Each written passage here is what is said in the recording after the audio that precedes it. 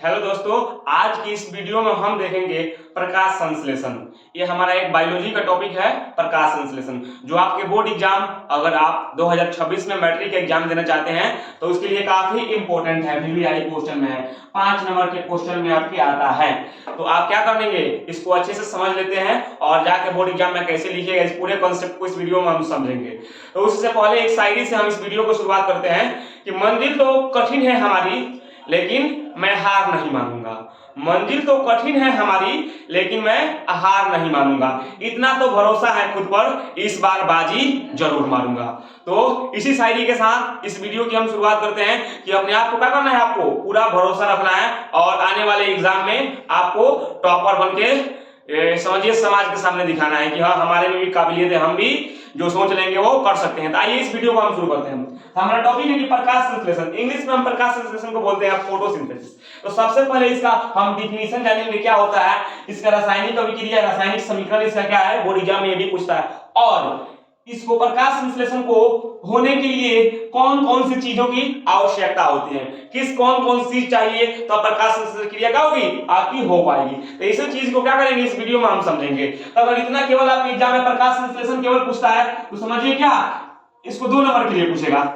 और समझिए तो आप, और जो ये दिख रहा है आपका रासायनिक अभिक्रिया, अगर 5 नंबर के लिए आपसे पूछेगा तो आपको पूरा इसका परिभाषा लिखना पड़ेगा और इसका रासायनिक जो समीकरण है ये भी लिखना पड़ेगा और कौन कौन सी चीजों की आवश्यकता होती है ये भी लिखना पड़ेगा और इसके बारे में भी लिखना पड़ेगा, इस चारों के बारे में भी लिखना पड़ेगा। तो मेरे पास जगह थोड़ा सा कम था, इसलिए इसके बारे में मैं आपको बता दूंगा, इसलिए मैंने लिखा नहीं है, समझा दूंगा इसके बारे में, आप खुद से समझ लेंगे तो लिख लेंगे। आइए शुरू करते हैं कि आपका फोटोसिंथेसिस क्या होता है। तो प्रकाश संश्लेषण क्या, एक ऐसी प्रक्रिया है जिसमें हरे पेड़ पौधे क्या होना चाहिए, हरा होना चाहिए। सूर्य की प्रकाश की उपस्थिति में आपको सनलाइट चाहिए। जब भी प्रकाश संश्लेषण क्रिया होती है तो आपको क्या चाहिए, सूर्य का प्रकाश चाहिए, क्योंकि दिन में ही प्रकाश संश्लेषण क्रिया होती है। क्योंकि दिन कब होता है, जब सूर्य का प्रकाश मिलता है तो दिन होता है, तो उस समय प्रकाश संश्लेषण क्रिया होती है। तो ये क्या चाहिए, आपको सनलाइट चाहिए, तो प्रकाश संश्लेषण क्रिया का हो पाएगा। और देखिए वायुमंडल से कार्बन डाइऑक्साइड और प्रकाश, और क्या करते हैं, और पेड़ पौधे को क्या करते हैं, वायुमंडल से कार्बन डाइऑक्साइड लेते हैं और भूमि से खनिज लवण, और जो पृथ्वी है हमारी, इसे अपनी जड़ों की सहायता से क्या करते हैं, खनिज लवण को ग्रहण करते हैं और जल खनिज लवण के माध्यम से उनको क्या होती है, जल की प्राप्ति हो जाती है। और समझ जाइए, पेड़ पौधों की पत्तियों में ग्लूकोज के रूप में, पेड़ पौधे जो अपना भोजन बनाते हैं कहां बनाते हैं, अपने पत्तियों में बनाते हैं, किस रूप में, तो ग्लूकोज के रूप में बनाते हैं। और समझिए अपना भोजन का निर्माण करते हैं और ऑक्सीजन गैस मुक्त करते हैं, जिस ऑक्सीजन गैस के सहारे हम लोग क्या हो रहे हैं, जी पा रहे हैं। और अगर ऑक्सीजन पेड़ पौधे देना बंद कर दे तो समझिए कि जो जीव ऑक्सीजन लेते हैं, ऑक्सीजन लेके अपना गुजारा कर रहे हैं, माने ऑक्सीजन से उनका लाइफ चल रहा है, श्वास के रूप में ले रहे हैं, तो उनका सर्वनाश हो जाएगा। कैसे हम लोग जी पाएंगे, पेड़ पौधा ऑक्सीजन ना दे तो इसलिए हमारे लिए इसलिए कहा जाता है कि पेड़ पौधा है, पेड़ है तो हम हैं। इस चीज को आपको समझना पड़ेगा।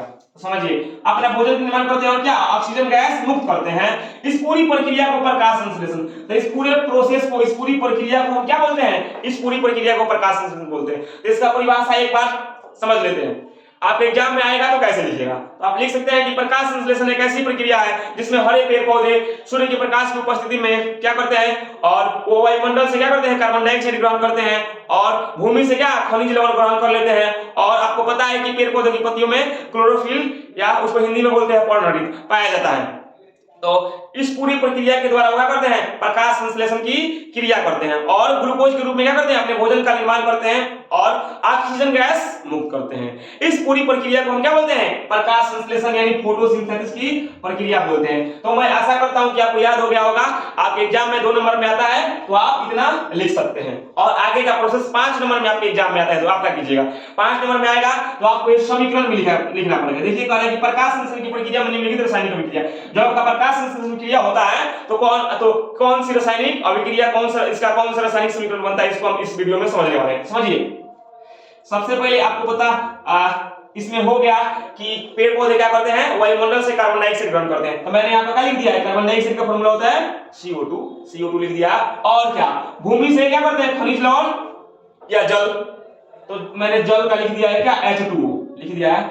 और ये कहिए कि 6 सर क्यों लिखे हैं, ये 6 क्यों लिखे हैं, तो इसको संतुलित करने के लिए लिखा गया। अभी आपको समझ में आ गया होगा, आ जाएगा अभी समझ में। और समझिए किसके, सूर्य के प्रकाश की उपस्थिति में और किसकी उपस्थिति में, पेड़ पौधों की पत्तियों में जो क्लोरोफिल पाया जाता है उसकी उपस्थिति में क्या करते हैं, ग्लूकोज। ये जो फार्मूला लिखा गया है C6H12O6, ये आपका फार्मूला किसका है, ग्लूकोज का फार्मूला है। और क्या करते हैं, आपसे मैंने बोला उसमें कि प्रकाश संश्लेषण क्रिया के दौरान पेड़ पौधे क्या करते हैं, ग्लूकोज के रूप में अपना भोजन बनाते हैं और कार्बन और ऑक्सीजन गैस मुक्त करते हैं। तो यह मुक्त हो गया कौन सा गैस, ऑक्सीजन गैस। अब आप कहिएगा सर यहाँ पर 6 लिखा गया, यहाँ पर भी 6 और यहाँ पर भी 6, तो समझिए इतना क्यों लिखा गया है।